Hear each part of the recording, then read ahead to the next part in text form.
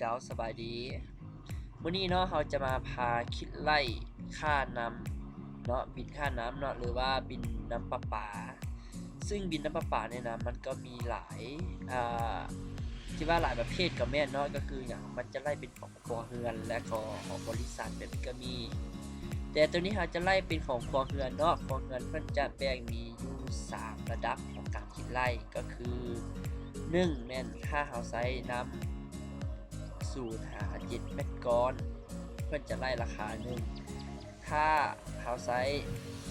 อยู่ระดับคือ8-15 เม็ดก้อนเพื่อนจะไล่อีกราคาหนึ่งและหลายกว่า15 เม็ดก้อนก็คือ16เนาะเพื่อนจะไล่อีกราคาหนึ่ง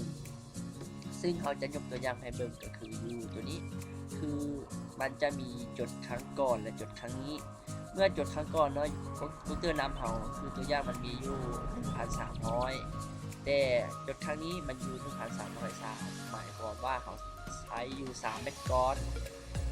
เนาะแล้วมันต้องมาแบ่งให้แต่ละซ่องเพราะว่าซ่องของตัวที่1มันทับได้แต่ค่า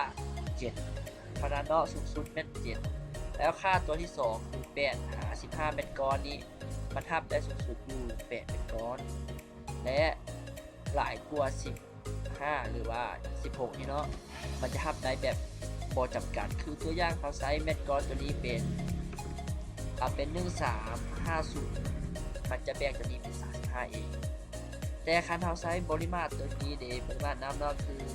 1306มันจะเอาแต่6เม็ดก้อนแบบนี้ถ้าเขาไซส์ตัวนี้เป็นอยู่1310เนาะอยู่10 เม็ดก้อนมันจะแบ่งแบบนี้แล้ววิธีการคิดไล่บินน้ำประปาเนี่ยเนาะมันมี2แบบก็คือแบบตัวที่1แบบใช้ชุดทั่วไปคือใช้พวกแอนพวกอีฟพวกอย่างเข้ามาช่วยกันเนาะส่วนตัวที่2แม่นสูตรของแอดอินที่เราสร้างขึ้นมาสังเกตว่าผลลัพธ์2ตัวนี้จะคือกันเลยคือตัวนี้เนาะแอดอินตัวนี้มันจะเก็บค่าได้2ตัวก็คืออย่างเทียบเบิ่งเนาะแอดอินมันจะเก็บแต่ค่าจดครั้งนี้กับจดครั้งก่อนแล้วมันจะไล่เงินออกเลยเนาะตัวนี้เป็นแอดอินส่วนตัวนี้เป็นการคิดไล่เนาะคือเขาจะพาคิดไล่ห้องตัวนี้เนาะเป็นห้องที่ยากที่สุดเขาลบออกก่อนขั้นตอนอื่นเนาะเขาต้องหาปริมาตร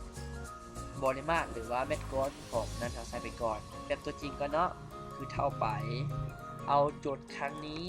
มาลบกับโจทย์ครั้งก่อนมันจะได้ทั้งหมดคือ10 เม็ดเม็ดก้อนเนาะให้บอสังเกตก็ออกเนาะ10 เม็ดก้อนแต่บัดนี้เราอยากรู้ว่าเราอยากได้ห้องนี้แต่7 เม็ดก้อนเนาะมันบอกว่าห้องนี้มันสามารถทับเม็ดก้อนได้คือ0-7แปลว่าห้องนี้มันทับได้แต่7เนาะสูงสุดวิธีเราต้องการตอนนี้เราได้10แล้วเนาะเราต้องการ7ให้ใดๆคือให้เราเลื่อนมาหาบนแก้ไขสูตรนี้เนาะ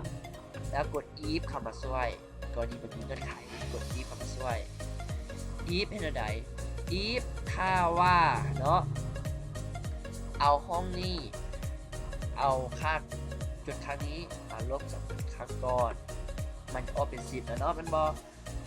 ตัวนี้หาบลบเนาะตัวเก่าที่เราเขียนครับบลบเนาะแล้วมันก็สอบมาอย่างถ้ามันใหญ่กว่า7เราจะให้แสดงค่า7เลยเนาะจุดเนาะ if เนาะแล้วก็จุดแล้วแสดงค่า7จุดอีกนึงเนาะถ้าบ่ถือกรณีนั้นมันจะเอาแต่ค่าตัวนี้มาลบกันแล้วออกเนาะวันนี้เราลอง enter เบิ่งมันออกบ่ออก7ตามมาตรฐานแม่นบ่แล้วเราลองลบตัวนี้เป็นเอาอย่างมาเป็น1304มันจะออก4 เม็ดก้อนเนาะออกเนาะ4 เม็ดก้อนแต่กรณีวันนี้เราเขียนสูตรป้องกันหมดทุกอย่างเนาะคือตัวอย่างเขาลบข้อมูลเด้เห็นอย่างมันยังมาลบอยู่เราต้องเขียนสูตรป้องกันเนาะคือเขียนอย่างไรก็เขาเขียน if อีกตัวหนึ่งเนาะคลิกเข้าทางหน้าของ if แล้วเขียนคำว่า if ตรวจสอบว่าถ้าห้องใดห้อง1 2นี่เนาะมีห้องว่างเป้าเราให้ออกห้องว่างเป้าเลยก็คือใช้สูตรแอนเข้ามาช่วยเนาะแอนเป็นสูตรแบบทดสอบ2เงื่อนไขขึ้นไปเนาะว่าเงื่อนไขทั้ง2นั้นต้องถึงหมดแล้วจึงให้แสดงผลมาถึง วันนี้เราเขียนเนาะคือเท่าไปเอาห้องนี้เท่ากับตัวแค่หนูเนาะหรือว่าวงเล็บคู่เนาะเรือใหม่มายืมเนาะมายืม2ตัวเนาะมาเทียบเท่ากับห้องวางเป่าแล้วจุดห้องของจุดครั้งนี้เท่ากับข้าวของเพราะว่าเป็นแค่หนูเนาะแค่หนู2 อันเนาะแล้วก็อัดวงเล็บมันจะเป็นเงื่อนไขของแกแสดงว่าเนาะถ้าว่า2ห้องนี้คือเนาะเอาเข้ากันได้เนาะเป็นหมายความว่าหรือห้องใดห้องหนึ่งเนาะห้องใดห้องหนึ่งอย่าที่ทึกกับห้องว่างเป้าให้แสดงห้องนี้เป็นห้องว่างเป้าแสดงห้องผลห้องนี้เนาะลองเห็นเนาะดีเฮาลืมกรณีคันมาเตือนแบบนี้กรณีใหม่ความว่าเฮาลืมอัดวงเล็บของยิปโอเคผิดไปเลยเราสังเกตว่าถ้าค่าห้องที่โมมีห้องนี้ก็ต้องโมมีเนาะเป็นว่าถ้าห้องนี้มีเนี่ยตัวอย่างมี1 3 0 6ออกแล้ว6เนาะบริมาตรเราใช้อยู่6โอเคเนาะตัวที่6เป็นก้อนนี้หรือว่าตัวที่057เนาะเขาได้แล้วไปนี้เขาลองใช้ตัวต่อไปคือ1 3 1 2ก็ได้ตัวนี้เป็น7โอเคเนาะได้7วันนี้เราต้อง7มันต้องเหลือ5ต้องมาเหลือใช้ห้องนี้เป็นบอเอาใช้สูตรตัวไหนก็ใช้สูตรเก่าเนาะคือเท่าไปเอาห้องนี้มาลบกับห้องนี้ก่อน enter เอา12เป็นบอแล้วเราจะเอาค่า5มาจะใส่เราให้ได้ให้มันเป็นเหลือเป็น5เอานี้เนาะเราเข้ามาบน9คือแก้ไขสูตรพอดีกด if ตรวจสอบว่า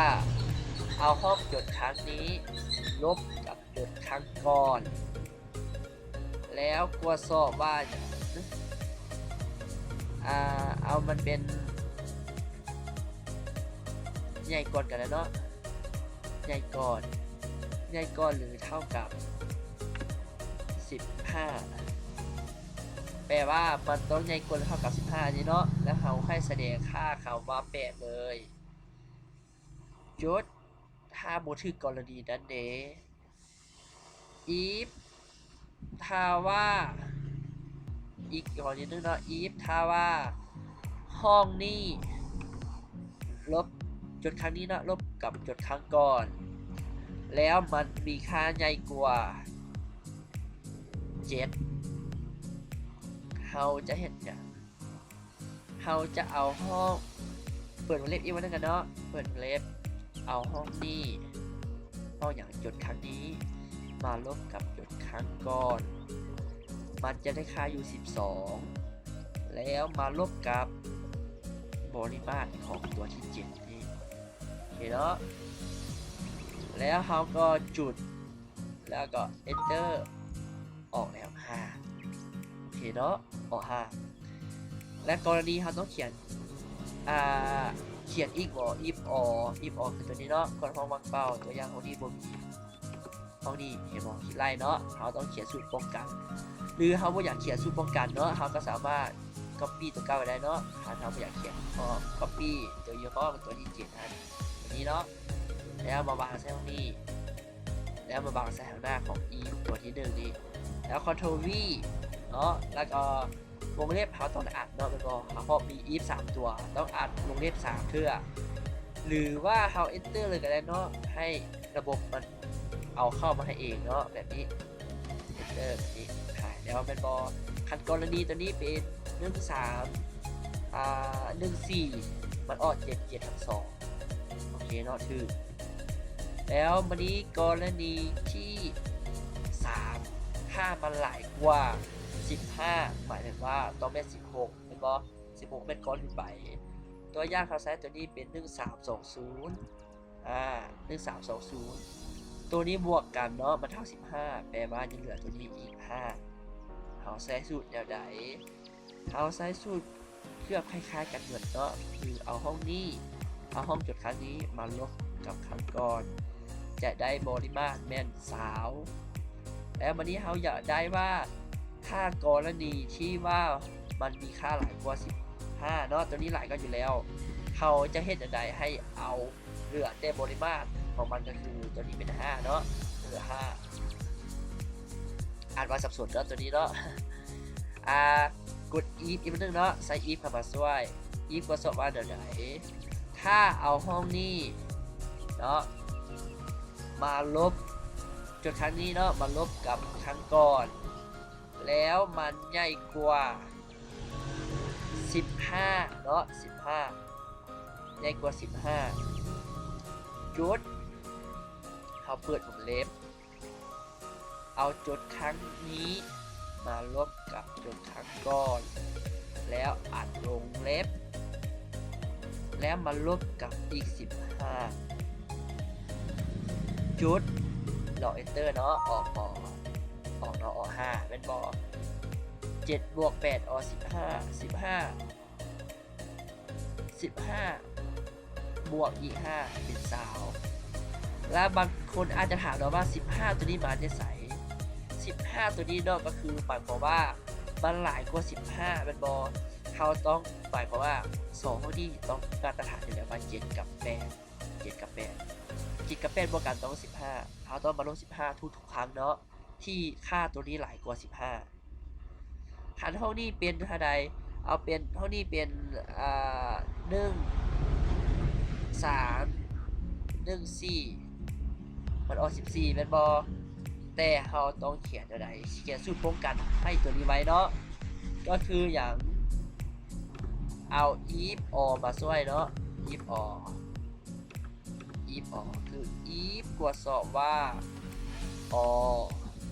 or หมายความว่าเงื่อนไข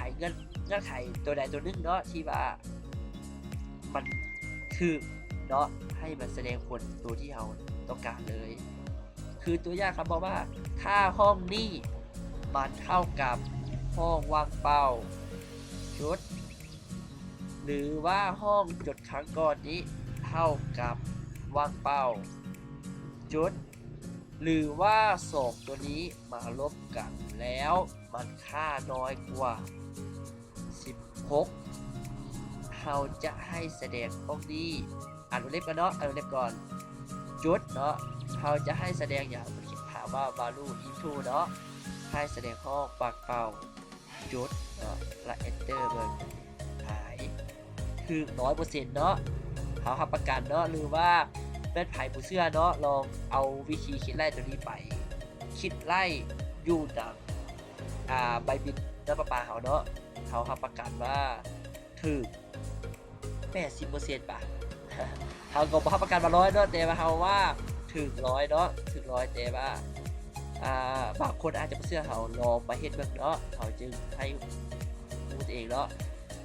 วันนี้เราลองป้อนเบิ่งตัวนี้เป็น1340ดี5เนาะดี35ถึงเนาะเป็นก้อนรวมอยู่ดีถ้าตัวนี้เป็น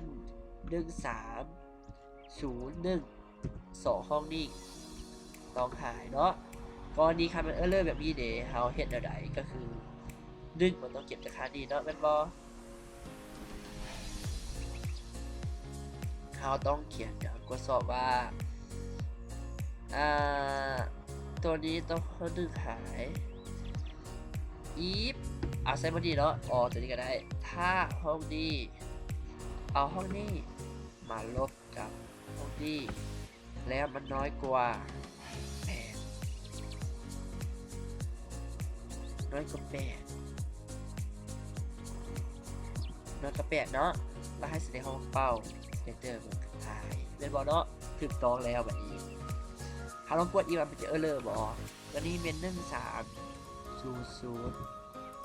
ออ0กีบได้ให้จากตัวที่อ2,000เนาะสังเกตเพราะมันต้องมีเสียค่าอย่างบำรุงรักษามันต้องเสียทุกเดือนเนาะ2,000กีบตัวอย่างเขาใช้ตัวนี้เป็น1302เนาะ2เป็นก้อนราคาเท่านี้เนาะนี่ส่วนของราคาที่เราต้องการให้มันหายหรือว่ามันมาตามแบบนี้เนาะก็ใช้สูตรคือแบบนี้คือเนาะตัวนี้2363เนาะคือเขาเข้าไปอีกตรวจสอบว่าถ้า ห้องนี้มันเท่ากับว่างเป้าให้แสดงว่างเป้าหรือก็ถ้ามันบ่เท่ากับว่างเป้าให้มันแสดงผลว่า2 3 6 3อ่านวงเล็บออกเนาะ2 3 6 3และห้องนี้ก็เฮ็ดคือกันเนาะทุกห้องเฮ็ดคือกันถ้าห้องนี้หายตัวอย่างลองลบออกเบิ่งห้องนี้ก็หายโอเคเนาะสำหรับคลิปนี้อาจจะยาวหน่อยนึงเนาะแล้วก็เราจะสอนในบางส่วนสิเนาะก็คือจะสอนแต่คิดไล่ปริมาตรตัวนี้ส่วนพวกนี้ก็น่าจะบ่ยากเนาะก็คือใช้สูตรifทั่วไปถ้าห้องนี้มันเท่ากับว่างเป้าเนาะให้แสดงว่างเป้าถ้ามันบ่เท่ากับว่างเป้าเนาะให้อย่างเอาห้องปริมาตรมาคูณกับราคาจะได้ตัวนี้ส่วนห้องนี้ก็ใช้สูตรซ้ำหาผลรวมเอาพวกนี้ลงมาเนาะส่วนห้องนี้ก็เป็นเงินค่าบรรลุทักษะเป็นมาตรฐานเนาะ2,000 กีบเขาก็บอกว่าถ้าว่าห้องของเงินที่ใช้นำนะมันหลายกว่า2หรือว่าหลายกว่าหรือเท่ากับ1 กีบเนาะหรือว่า1เขาจะให้แสดงออกเป็น 2,000 โอเคเนาะห้องนี้คือการ 10% ของค่าอากรที่เป็นมาตรฐานเนาะคืออย่างถ้าว่าห้องนี้มันหลายกว่า1 กีบเราจะเอาห้องของเงินค่าน้ำนี้มาคูณกับ 10% ตัวนี้ก่อนนี้เนาะส่วนตัวนี้ก็เป็นการรวมพวกนี้มานี่เนาะส่วนตัวนี้ก็เป็นการรวมของเป็นก้อนโอเคเนาะส่วนสูตรที่เราสร้างกันมาใหม่เนาะสังเกตว่ามันจะตรงกันเบิดเนาะ2ตัวนี้2กันตรงกันเขาจะเขียนสูตรของ add in มาใหม่ก็คืออย่างมันจะรวมสูตรทั้งหมดของพวกนี้เข้ามาตรงนี้โอเคเนาะก็คือ add in ตัวนี้มันต้องการแต่จดครั้งนี้กับยศครั้งก่อนแล้วจะหาผลรวมให้เองสำหรับคลิปนี้ก็เราขอจบเท่านี้เนาะคันว่าต้องการอยากให้เขาสอนอย่างหรือว่าบ่เข้าใจตัวใดเนาะก็สามารถติดต่อหรือว่าแชทหาคอมเมนต์ของเขาได้เนาะสำหรับคลิปนี้ก็เราขอจบเท่านี้ก่อน